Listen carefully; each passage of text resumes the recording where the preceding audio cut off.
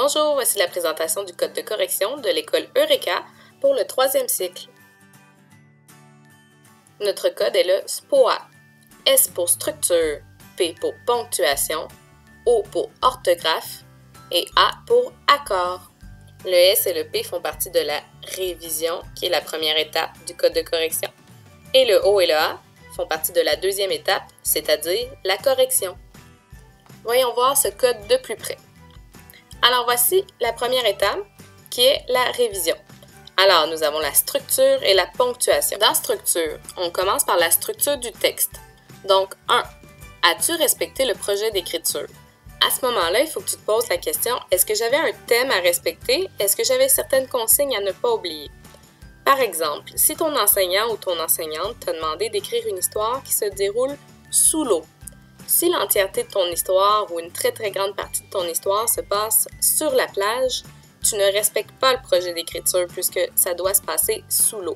Par contre, si ton histoire parle d'un sous-marin et qu'il y a des intrigues qui se passent sous l'eau, là, tu as respecté le projet d'écriture. 2. Ton texte est-il séparé en paragraphes? Si là, tu te rends compte que tu as oublié de faire des paragraphes, c'est le moment d'aller faire des marques dans ton brouillon. Tu peux faire des X ou des flèches pour te dire à tel et tel endroit, tu vas séparer ton texte en paragraphes. 3. As-tu pensé à mettre des marqueurs de relation au début de tes paragraphes? Souvent, ça vient mettre de l'ordre dans ton texte. Je t'en nomme quelques-uns. D'abord, ensuite, puis, de plus, aussi. N'hésite pas à consulter des outils pour en trouver d'autres. 4. Peux-tu ajouter des détails au texte? 5. Peux-tu ajouter des phrases? Ces deux étapes-là, en fait, c'est vraiment pour apporter de la précision dans tes idées. Tu peux sans doute ajouter des détails et des phrases. Par exemple, si tes personnages principaux sont sur un bateau, tu peux préciser de quoi a l'air le bateau. Est-ce que c'est un petit ou un grand bateau? 5. As-tu utilisé un vocabulaire varié? Si ton texte me parle du plat le spaghetti, si tu répètes toujours « le spaghetti est bon »,« le spaghetti est succulent », en fait, tu vas avoir beaucoup de répétitions. Tu peux dire « oui, le spaghetti », tu peux le remplacer par un pronom disant « il est très bon » ou encore tu peux même dire « le souper est très bon ». Donc, assure-toi de varier les mots que tu utilises. Ensuite, on passe au B, donc la structure de la phrase. 1. Sujet plus prédicat. Toutes tes phrases doivent contenir un sujet et un prédicat. Dans notre exemple, les grenouilles sautent dans l'étang. Les grenouilles est notre sujet. Saute dans l'étang, notre prédicat. On se rappelle que le noyau du prédicat est un verbe conjugué. Donc, il te faut absolument ça dans ta phrase. 2. Ajoute des détails. À l'intérieur d'une phrase, tu peux ajouter des détails pour préciser tes idées. Donc, les grenouilles vertes sautent dans l'étang tous les matins. On a ajouté le mot « verte » pour préciser que les grenouilles sont vertes et on a ajouté aussi à quel moment elles le font, c'est-à-dire tous les matins. Maintenant, on passe au point de la ponctuation. Donc, 1. Majuscule plus point. On te demande d'encercler la majuscule et le point dans chacune de tes phrases. 2. Virgule. Donc, dans la phrase, il se peut que tu aies des virgules. Si c'est le cas, on te demande d'aller les encercler également. Maintenant, la partie correction, donc la partie de l'orthographe et des accords. Donc, dans la partie orthographe, ce qu'on veut que tu fasses, c'est que tu viennes mettre un point d'interrogation au-dessus de tous les mots dont tu doutes de l'orthographe. Le mot à retenir dans la phrase que je viens de dire, c'est « doute ». On veut que tu doutes de l'orthographe des mots. Après, on veut que tu aies vérifié dans un outil. Ça peut être un dictionnaire, ça peut être ta liste de mots ou même une affiche dans ta classe.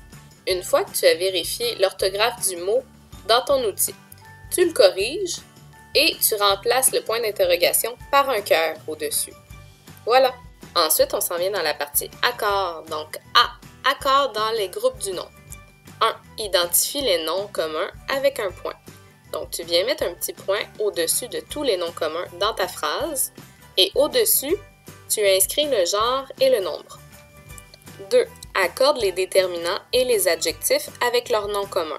Puisque le nom est le donneur d'accord, il faut que tu t'assures que ton déterminant et ton adjectif soient du même genre et du même nombre que ton nom qui est donneur. Dans notre exemple, les grenouilles vertes sautent dans l'étang. Grenouille est notre nom d'honneur. Il est féminin pluriel. Il est accompagné de lait, un déterminant féminin pluriel, et verte, un adjectif féminin pluriel. Après, nous avons le deuxième nom commun de notre phrase qui est étant.